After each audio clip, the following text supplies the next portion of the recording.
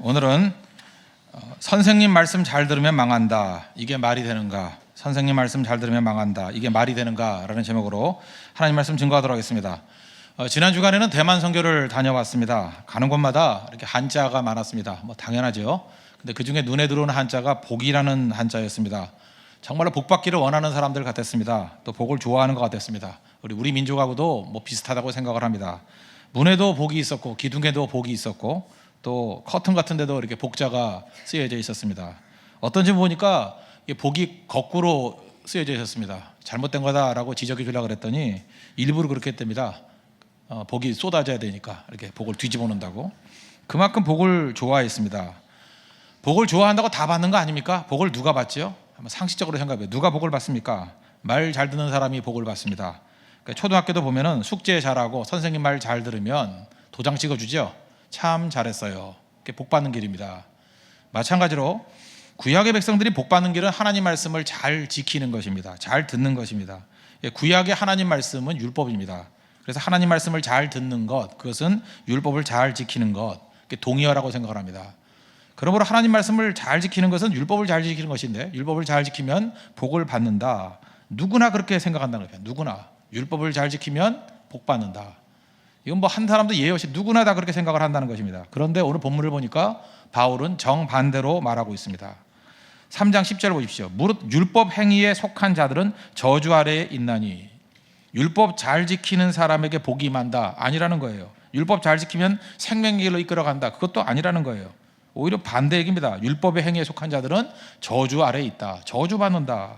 충격적이지 않습니까? 어찌 보면 핵에 망측하기도 하고 기괴하기도 한 이런 접근을 한다는 것입니다. 이게 오늘 복음의 핵심입니다.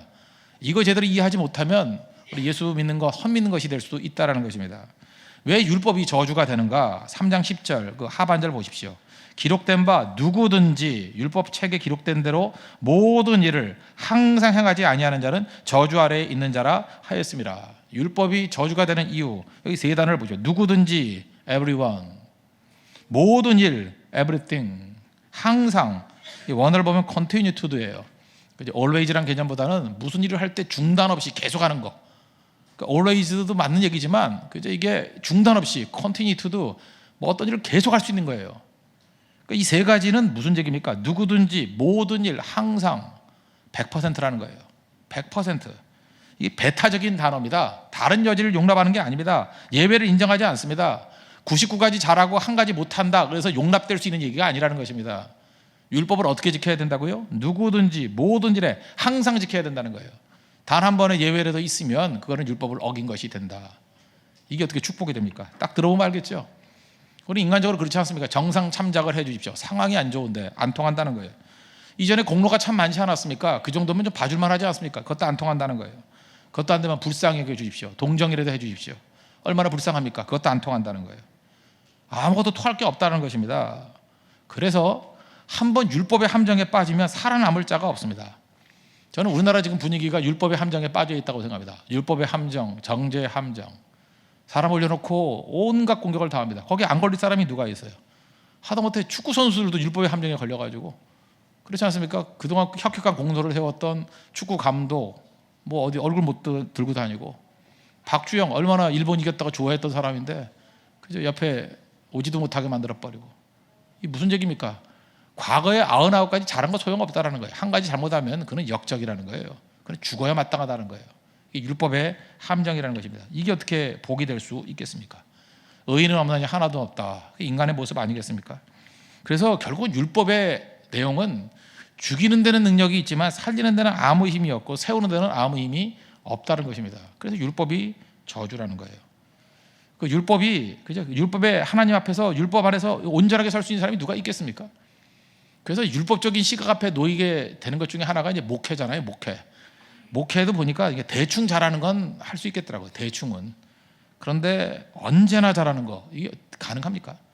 그렇잖아요. 언제나 설교 잘해야 되고, 언제나 친절해야 되고, 언제나 겸손해야 되고, 언제나 성실해야 되고, 언제나 깨끗해야 되고, 언제나 실력이 있어야 되고, 언제나.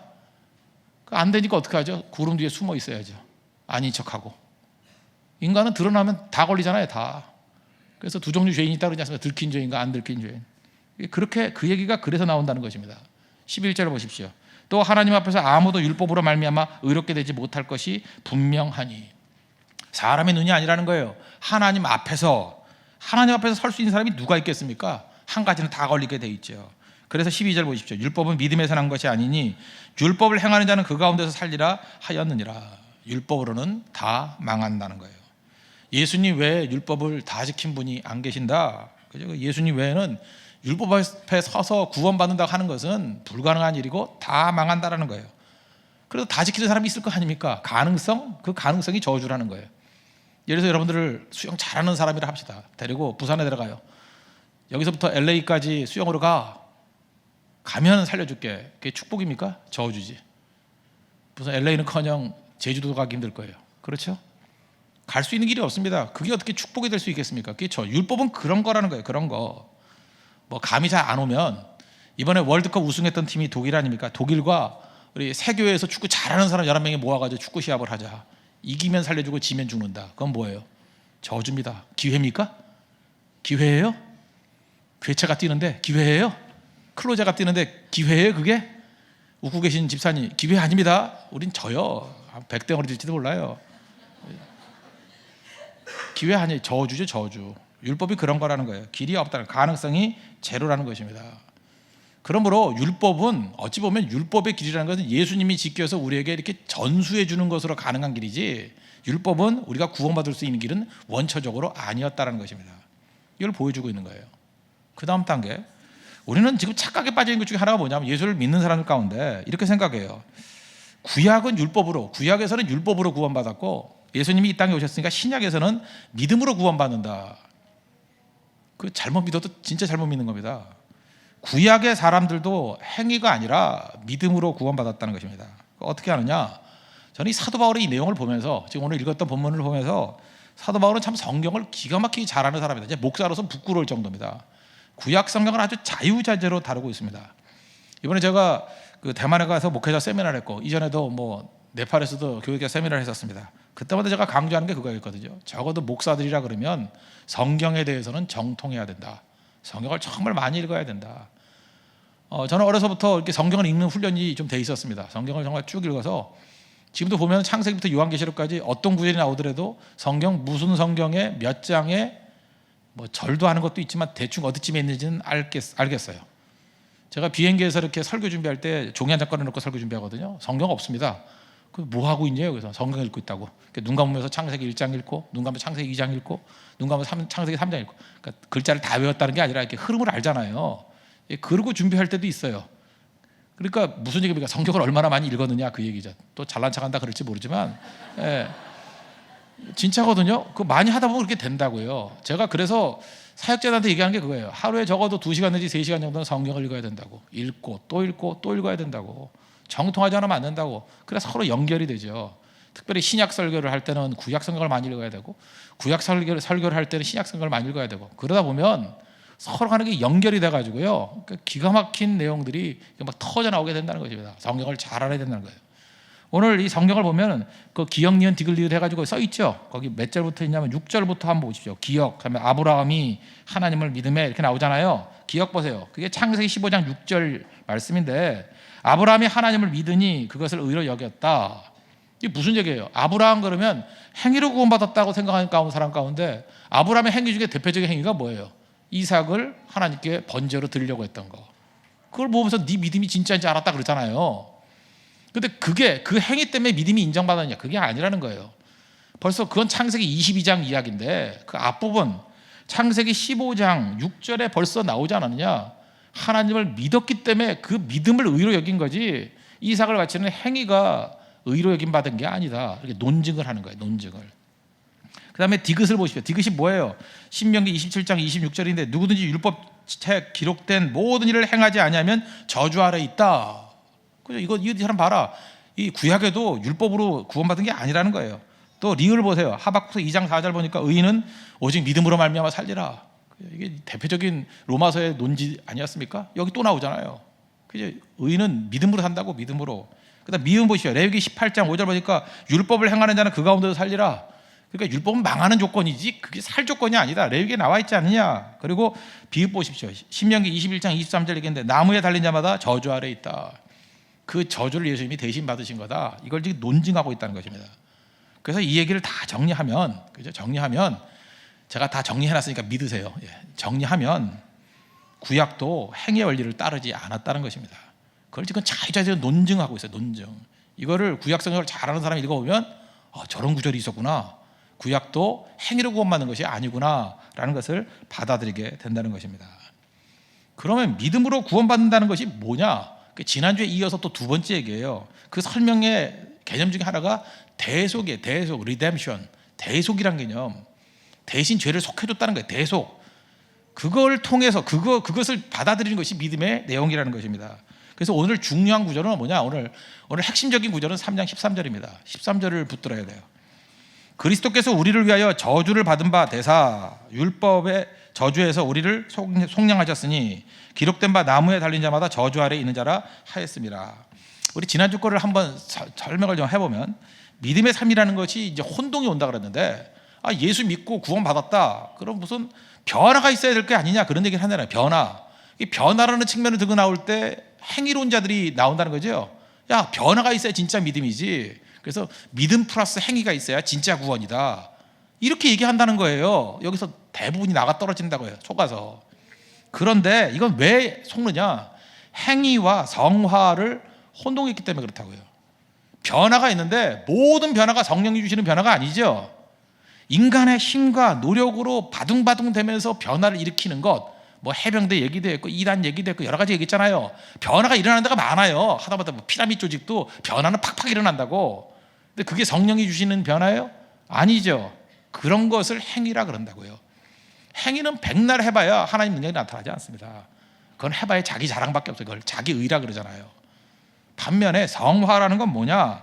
그 갈라디아 3장 5절 보니까 너희에게 성령을 주시고 하나님이 성령 주시고 그 다음에 너희 가운데서 능력을 행하시는 그 능력을 행하시는데 그 능력이 에네르고온이라는 단어인데 이 에네르고온이 뭐라고요?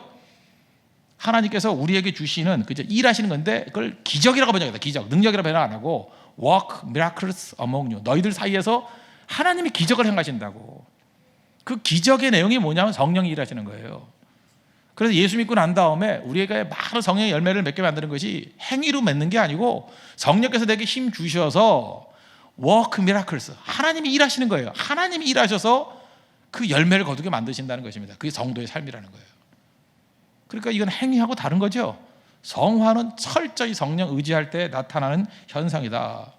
그래서 교회가 성령 없이도 할 수 있는 일들 뭐 여러 가지 있다 했잖아요. 뭐 구제를 한다거나 뭐 모여서 체육대회를 한다거나 뭐 세미나를 한다거나 필요 없다는 얘기가 아니에요. 근데 그런 거밖에 할 수 없으면 그건 다 행위예요. 성령 없이도 할 수 있는 거잖아요. 그래서 성령만이 할 수 있는 일이 뭐예요? 말씀을 증거했을 때 믿게 만들고 우리 변화되게 만들고 헌신하게 만들고 그렇죠. 우리 가운데 기쁨과 감격 있게 만들고 이건 병이 치유되게 만들고 이건 성령만이 할 수 있는 일이잖아요. 행위로 되는 게 아니잖아요. 교회는 기적이 나타나는 곳이다. 그게 바울의 논증이에요. 지금 성령을 너에게 주시고 성령께서 하시는 역사들이 있다. work miracles. 기적의 역사들이 있다. 그게 바로 교회라는 거예요. 그게 믿음이라는 거예요. 성령 안에서 우리는 그렇게 살아야 된다는 것입니다. 또 하나의 논증이 이거예요. 하나님께서는 죄 문제에 있어서는 대속이라는 리뎀션이라는 방법, 또 다른 말하면 십자가인데 십자가의 방법을 통해서 우리에게 구원을 주신다는 거예요. 죄의 삭은 사망이죠. 죄의 삭은 사망이고 저주입니다. 여기 보니까 13절 왜 중요해요? 저주를 받은 바 되사. 우리 한글 성경에 이렇게 되어 있는데 이것도 번역이 제가 볼 때 정확하게 납득될 수 있는 번역은 아니라고 생각을 합니다. 이게 보면은 그 저주를 받은 바 되사 내용이 꼭 수동태 같이 보이잖아요. 수동적으로 보이잖아요. 예수님은 가만히 있었는데 저주가 임했다. 저주 받았다. 그런데 그 영어 성경 웬만한 거 다 보십시오. 보면은 거의가 원문에 거의 비슷하게 번역이 되는데 저주가 되셨다가 맞아요. 그래서 그 동사를 become을 씁니다. become. 뭐 NIV 같은 예를 한번 들면 by becoming a curse for us. 우리를 위해서 becoming a curse. 저주가 되셨대요. 예수님이 저주가 되셨답니다. 이건 무슨 얘기예요? 능동적으로 저주가 되셨다는 거예요. 능동적으로 죽으시고 스스로 자월해서 죽으시고 스스로 자월해서 저주가 되셨다는 거예요. 나무에 달린 자마다 저주받았다 그러니까. 그게 무슨 얘기입니까? 내가 받아야 될 저주를 예수님이 다 저주를 받으셔가지고 예수님이 저주가 되셨다는 거예요. 이 얘기는 대속물이라는 거, 랜섬이라는 거 개념, 우리 구약에 나오죠. 한번 정리해 봅시다. 뭐 다 아는 얘기예요. 출애굽기 12장 5절 같은 데 보면 이제 출애굽을 하고 난 다음에 유월절 행할 때 얘기입니다. 너희 어린 양은 흙 먹고 1년 된 수컷을 하되 양이나 염소 중에서 취하고, 이렇게 쭉 나옵니다. 그러니까 돈이 좀 있는 사람들은 염소 잡으면 되고 양 잡으면 되고, 양의 양, 어린 양 또는 염소, 또 뭐 아니면 돈 없는 사람은 비둘기를 잡아도 됩니다. 그러면 제사장한테 가요. 양 한 마리 끌고 가요. 그러면 그 다음에 하는 일이 뭐냐면 제사장이 안수기도를 해요. 누구에게? 양한테. 양쪽에 손을 얹고 사람, 양 같이 안수기도를 해요. 그러고 난 다음에 내가 양이 되는 거예요. 양을 잡습니다. 칼을 대가지고 심장을 팍 찔러요. 그럼 피가 막 분수같이 솟는데요. 팍 쏟고 각을 뜨죠. 다리 자르고 그 다음에 그 목도 자르고 다 잘라내요. 그럴 때 뭐 피범벅이 되지 않습니까? 그때 느끼는 게 뭐예요? 저게 내 모습이야. 내가 죄 때문에 저렇게 죽어야 되는데 대신 죽네. 그리고 마지막에 번제 다 태워서 드려요. 그때 느낌이 뭐냐? 내 죄를 태워서 하나님께 드린다. 죄가 사라진다는 거예요. 그래서 하나님 앞에서 이렇게 번제 드릴 때 느끼는 감정은 두 가지입니다. 첫째, 회개예요. 내가 죽어야 되는데 내 죄의 심각성. 그게 어린 양이에요. 어린 양. 회개. 또 하나는 뭐예요? 감사죠. 나는 이제 죄가 없다. 그죠? 내 죄가 전가돼서 저 어린 양이 죽음으로 말미암아 내 죄가 사하여졌다. 그래서 그때의 내용이 뭐냐면 우리 한국말에 정말 기가 막힌 말이 있어요.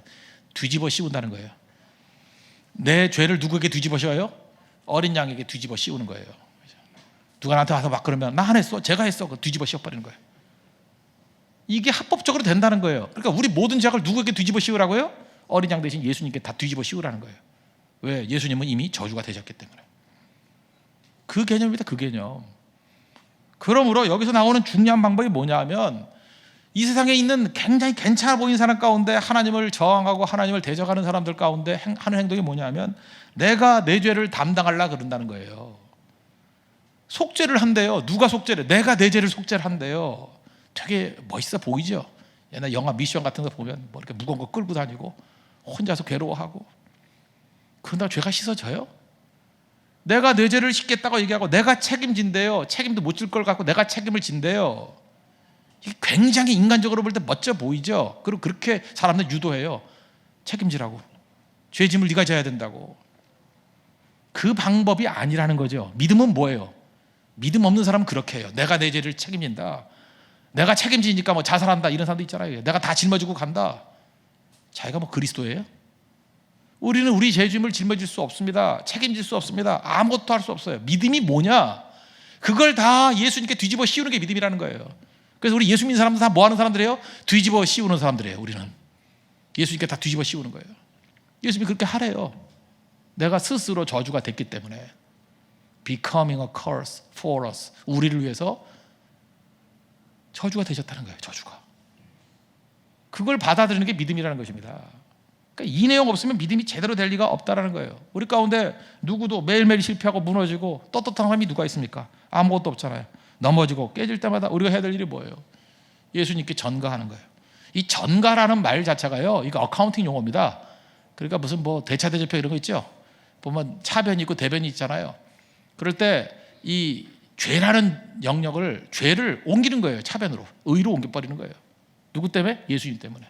예수님이 하신 일이 뭔데요? 내 피값을 통해서 옮겨준다는 거예요. 자리를.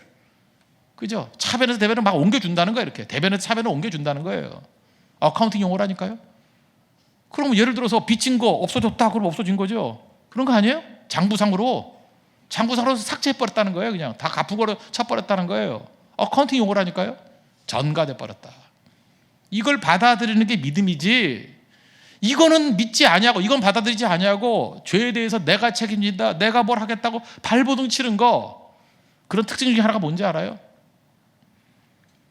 나 자신을 허용하지 않아요.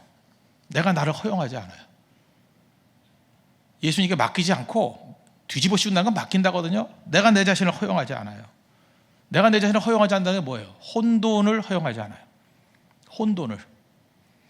중요한 게 뭐냐면 세상에 있는 모든 것을 내가 컨트롤해야 된다는 거예요. 그게 내가 책임지는 사람의 특징이에요. 내가 주변에 있는 모든 환경을 내가 컨트롤해야 돼요. 그래서 힘이 있어야 돼요. 힘이 있어야 내가 컨트롤하니까. 예수 믿는 건 뭔지 알아요? 요즘에 코미디도 나오다. Let it be, let it be, 내비도 허용하는 거예요. Let it be, 있는 그대로. 탕자 아버지 보시죠. 탕자가 집 떠나는 걸 허용해요. 돌아올 거거든요. 자신감입니다. 능력이에요. 하나님을 믿고 의지하기 때문에 내가 나를 허용하는 거예요. 우리 약간은 예의가 있지 않습니까? 교회 오면 다 그래요. 성도들 제일 싫어하는 게 뭐냐면 자기 자신의 약함과 연약함을 허용을 못해요. 그래서 물어보면 어떻게 지내세요? 그러면 항상 I'm fine, I'm good이에요. 여기 지금 외모를 보세요. 뭐 문제 있어 보이는 사람 있어요? 다 깨끗하게 입고 화장 진하게 하고, 그죠? 컬러 렌즈 껴가지고 헷갈리게 만들고 이렇게 다 하고 왔잖아요. I am fine. 진짜 그래요? 진짜 그러냐고요? 우리 속에 혼돈이 있잖아요. 속에 아픔이 있잖아요. 짐이 있잖아요. 머리 터질 것 같잖아요. 어젯밤 한잠도 못 주무신 분 계시잖아요. 짐이 없어요? 경제적인 짐이 있고요. 또 우리 질병이라는 짐이 있고요. 상처가 있고요. 또 여러 가지 무거운 힘든 일들이 있잖아요. 어떤 경우는 미국에서 오랫동안 살았는데 뭐가 그렇게 잘못됐는지 추방당했어요. 추방당해서 가족들은 다 미국에 있는데 혼자 추방당해서 여기서 지금 뱅뱅 돌고 있어 지금. 뭐 오바마 입법 뭐 그거 하는지 안 하는지 그것만 기다리고 있는 형제도 있어요. 그런 자매들도 있어요. 그 사람에게 있는 짐은 뭐냐? 신분이라는 짐이에요. 어떻게 이 신분의 문제가 풀릴까? 짐이 없어요? 내가 푼다고요? 예배 시간이 뭔데요? 주님 앞에 나와서 제일 무거운 거 우리 죄짐입니다. 죄짐을 주님께 집어 던지는 거예요. 그게 예배예요. 예수께 뒤집어 씌우는 거예요.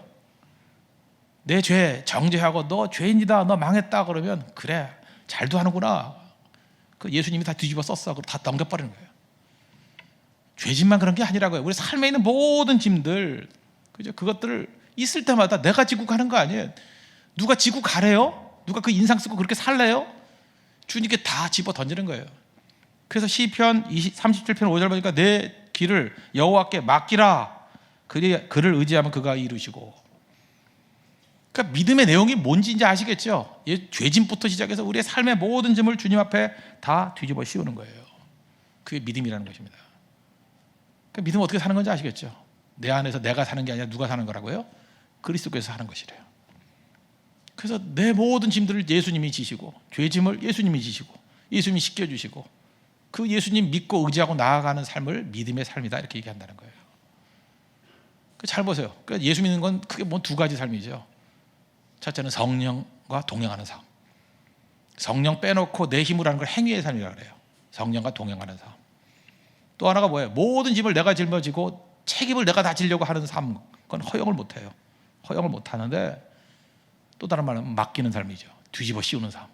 그게 좀 불손하니까 하나님께 맡기는 삶. 십자가 붙드는 삶. 맡기는 게 십자가 붙드는 삶이거든요. 그래서 성령과 십자가예요. 기독교의 본질을 얘기한다 그러면. 이 내용들 사실 이거 잘 모릅니다. 그죠? 이거 들으면 이게 믿어질 때, 이것이 내 삶에서 일하기 시작할 때부터 내 삶에서 기적이 나타나는 거예요. 역사가 나타나는 거예요. 그래서 환난 중에도 기뻐할 수 있고 감사가 나오고 찬송이 나오는 인생이 된다는 것입니다. 그게 성도의 삶이라는 거예요. 오늘 갈라디아 3장에서 이걸 보여주고 있다는 것입니다. 우리는 한 가지 훈련시켜야 된다고 생각하지만 전 훈련이라고 생각하죠. 기독교는 훈련이 아니에요. 꿈입니다. 꿈. 비전입니다. 영국의 전설적인 왕이 있죠. 아더 왕이라고. 킹 아더. 전설적인 왕인데 카메롯의 전설이 있지 않습니까? 카메롯 성에, 그 성의 특징은 뭐예요? 힘이 있는데 힘을 압제하는 데 쓰지 아니하고 평화와 정의를 위해서 쓰는 기사들이 모이는 곳이에요. 그래서 위아래가 없다 그래서 원탁의 기사라고 하잖아요. 원탁을 만들어놔요. 우리나라에도 뭐 운동한다면 원탁회의 뭐 이런 거 하는데, 원탁의 특징이 뭐예요? 인간의 욕심은 하나도 없고 힘을 주장하지 아니하고 오로지 정의와 평화, 거기에 사용하겠다. 그래서 모였어요. 근데 참 원탁의 기사하고 참 재밌죠. 모이자마자 원탁이 쫙 갈라져 버려요. 그래서 무너집니다. 굉장한 메시지라는 거예요. 인간의 행위로 하나 될 수 있는 길은 없어요. 잊지 마십시오. 원탁회의 한다고 백날 그러오죠. 다 지들끼리 싸워요. 조금 지나봐요. 인간이 하나 될 수 있는 존재가 아니라는 거예요. 아도왕이 실망했습니다. 그래서 내려와요. 내려오다가 완전 절망이죠. 인간은 절망이 좀 필요하다고 생각합니다. 실망하고 내려올 때 한 소년을 만나요. 묻죠. 너 누구냐? 그랬더니 그 소년이 이렇게 얘기합니다. 카메로스의 이야기를 듣고 원탁의 기사가 되고 싶어서 가고 있는 길입니다. 아도왕이 깜짝 놀랍니다. 뭐라고? 카메로스 이야기를 들었다고? 원탁의 기사가 되고 싶다고? 원탁의 그 꿈과 비전을 네가 알고 있다고?